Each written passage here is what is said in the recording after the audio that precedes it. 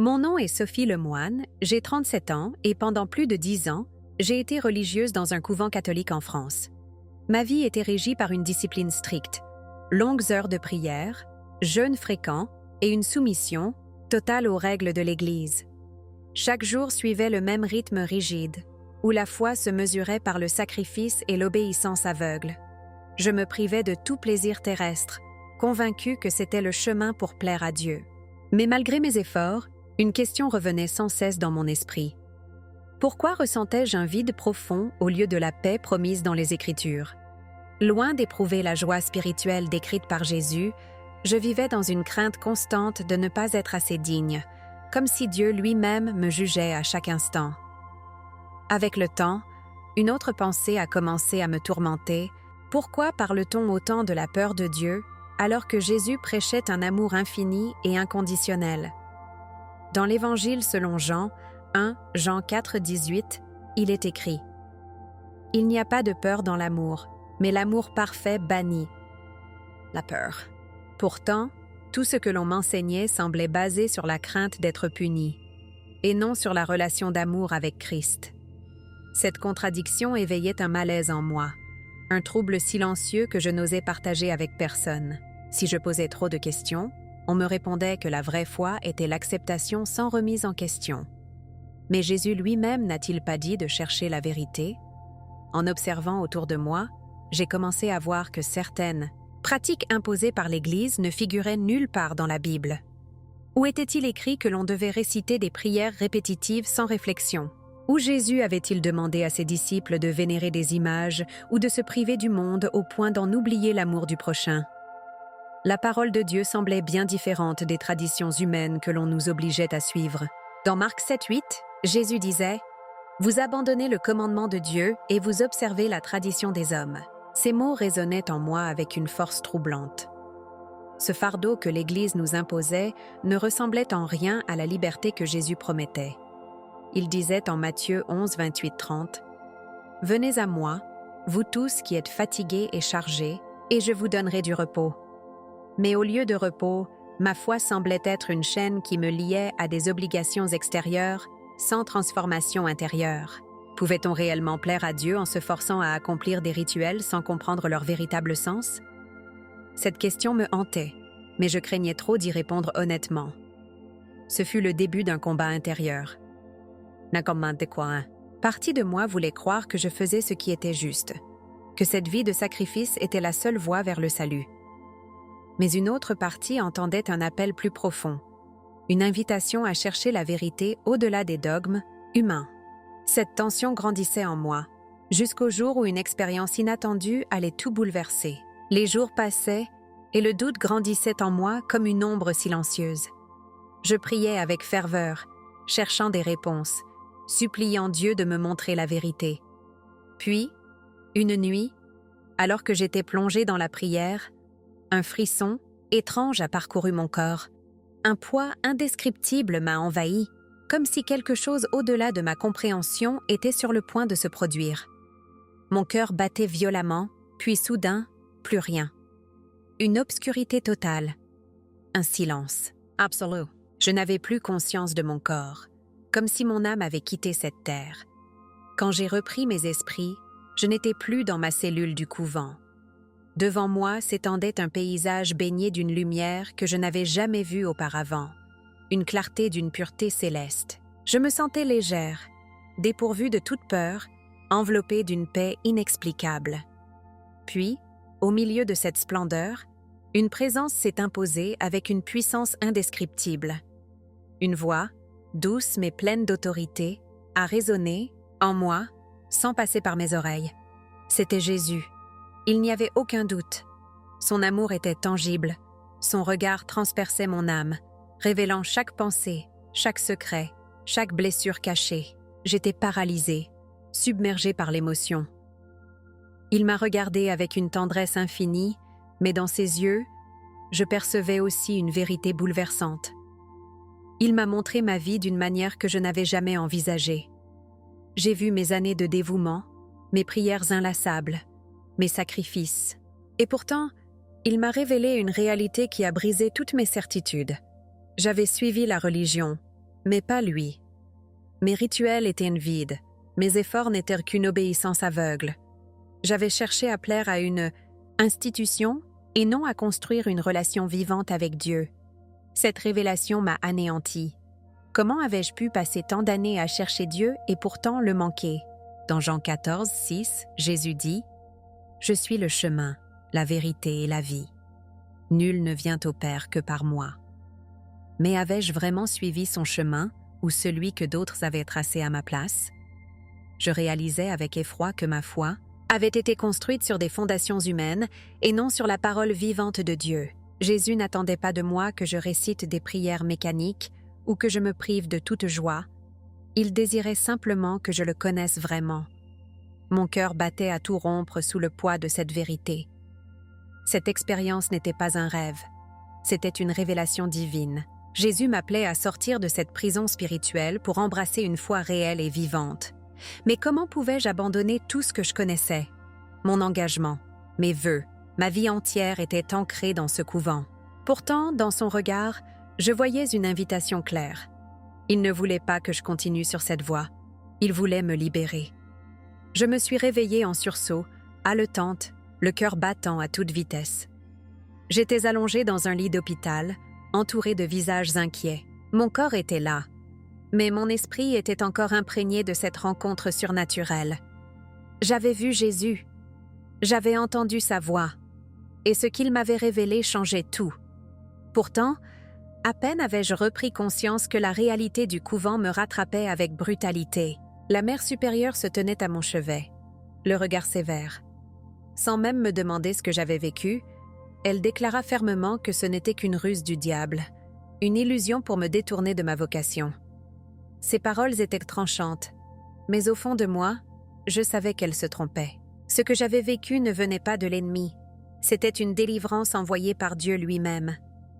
Dès mon retour au couvent, je me sentais étrangère à tout ce qui m'entourait. Les prières répétitives sonnaient creux, les règles strictes semblaient oppressantes. Et surtout, mon cœur ne trouvait plus sa place parmi ces murs. Chaque regard posé sur moi était empli de suspicion, comme si mon expérience avait fait de moi une paria. Pourtant, je ne pouvais plus nier la vérité. Mon esprit était éveillé, et je ne pouvais plus revenir en arrière. Jésus m'avait montré ce que signifiait réellement le suivre, et ce n'était pas enfermé dans des traditions humaines que j'allais le trouver. Un jour, alors que je me confessais, je me suis surprise à dire quelque chose qui aurait été impensable quelques semaines plus tôt. « Père, pourquoi ai-je besoin d'un intermédiaire pour parler à Dieu ?» La réponse du prêtre fut immédiate. « Parce que c'est ainsi que l'Église l'a toujours voulu. » Cette réponse a brisé les dernières chaînes qui me retenaient. Comment avais-je pu croire que j'avais besoin d'un autre homme pour parler à celui qui m'avait appelé par mon nom? L'Écriture était claire. Car il y a un seul Dieu, et aussi un seul médiateur entre Dieu et les hommes, Jésus-Christ homme, 1 Timothée 2,5. Ce fut une révélation libératrice. Je n'avais plus besoin de m'attacher aux traditions humaines. Dieu voulait que je vienne à lui directement. C'est à cet instant précis que j'ai pris ma décision. Je ne pouvais pas rester. Je ne pouvais pas continuer à vivre une foi emprisonnée, alors que Jésus lui-même m'avait montré la voie de la liberté. Ce soir-là, dans un silence pesant, j'ai rassemblé mes quelques affaires et j'ai quitté le couvent. Je marchais vers l'inconnu, sans argent, sans toit, sans plan précis, mais avec une certitude absolue, je n'étais plus seule. Jésus était avec moi. Et pour la première fois de ma vie, je me sentais libre. La nuit était froide et silencieuse. Chaque pas que je faisais loin du couvent me paraissait irréel. J'avais passé des années à croire que ces murs étaient ma seule maison, que mon salut dépendait de ma soumission à l'Église. Maintenant, j'étais seule, livrée à moi-même, sans savoir où aller. Une peur sourde me serrait la poitrine. Avais-je fait une erreur? Avais-je réellement entendu Jésus ou étais-je en train de me condamner à une errance sans fin? Mais au milieu de mon incertitude, une pensée m'a traversé l'esprit. Je ne te délaisserai point et je ne t'abandonnerai point. Hébreux 13:5. Ces mots étaient comme une lumière dans mon esprit. Peu importait où j'irais, Jésus était avec moi. Après plusieurs jours d'errance, fatiguée et affamée, j'ai trouvé refuge dans une petite église à la périphérie de la ville. Ce lieu n'avait rien à voir avec les cathédrales imposantes que je connaissais. Il n'y avait ni statue, ni encens, ni rituel compliqué. Seulement des gens réunis dans une humble salle, levant leur voix vers Dieu avec une sincérité bouleversante. Un prédicateur se tenait devant eux, et ses paroles ont frappé mon cœur comme un coup de tonnerre.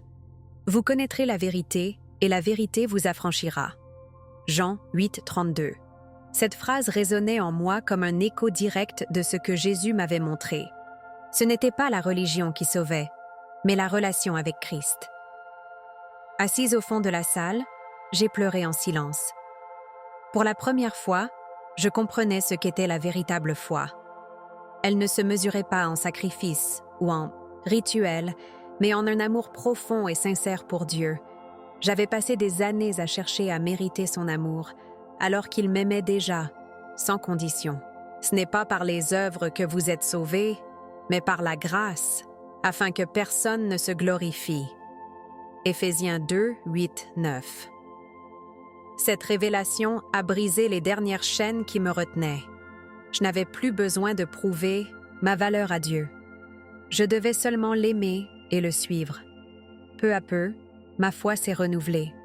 J'ai commencé à lire la Bible avec un regard nouveau, non plus comme un livre d'obligation, mais comme une lettre d'amour de Dieu pour moi. Chaque passage, chaque promesse prenait un sens profond. J'ai découvert une joie que je n'avais jamais connue auparavant, une paix qui ne dépendait pas des circonstances, mais de la présence de Jésus dans ma vie. Il était réel, vivant, agissant. Plus qu'un simple nom dans des prières récitées, il était mon sauveur, mon ami, mon guide. Je savais que mon chemin ne serait pas facile, que mon choix allait avoir des conséquences. Mais désormais, rien ne pouvait m'éloigner de cette vérité. Jésus avait changé ma vie et je ne pouvais plus revenir en arrière. Ma décision de quitter le couvent et de suivre Jésus en dehors des traditions religieuses n'est pas restée sans conséquence. Très vite, la nouvelle s'est répandue. Ma famille, profondément attachée à l'Église, a réagi avec incompréhension et colère. Pour eux, j'avais trahi non seulement ma vocation, mais aussi mon héritage spirituel. Les regards autrefois remplis d'affection étaient désormais emplis de reproches. Certains refusaient même de m'adresser la parole.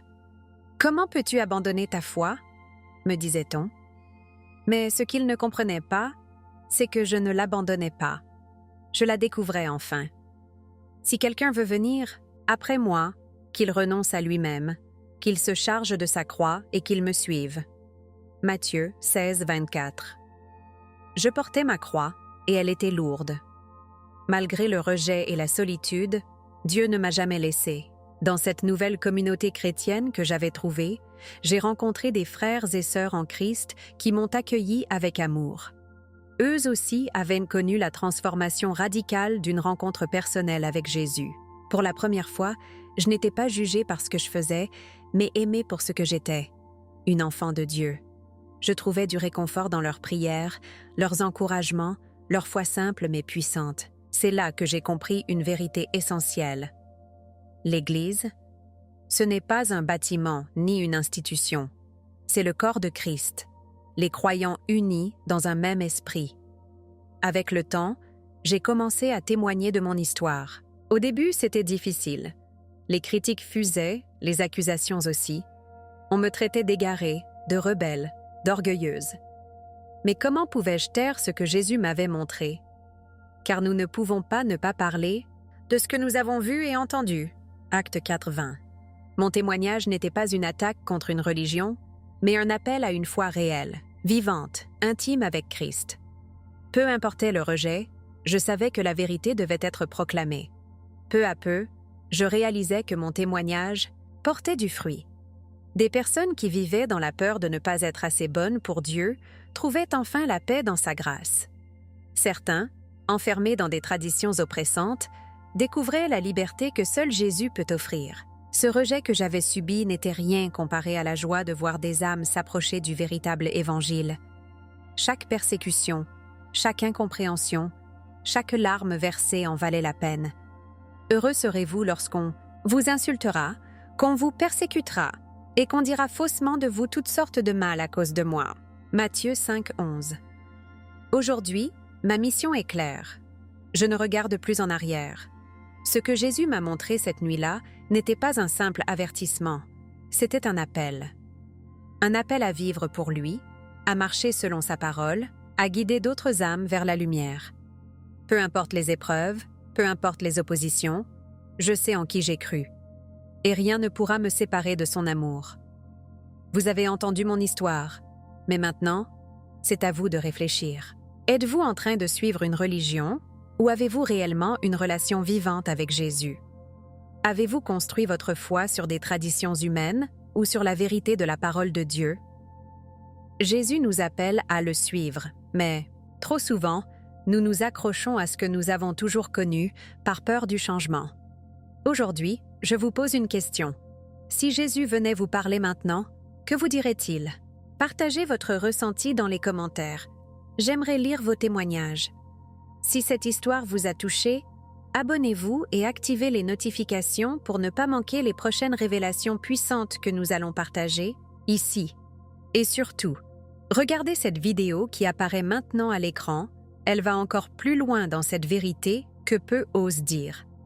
Ne passez pas à côté de ce que Dieu veut vous révéler aujourd'hui.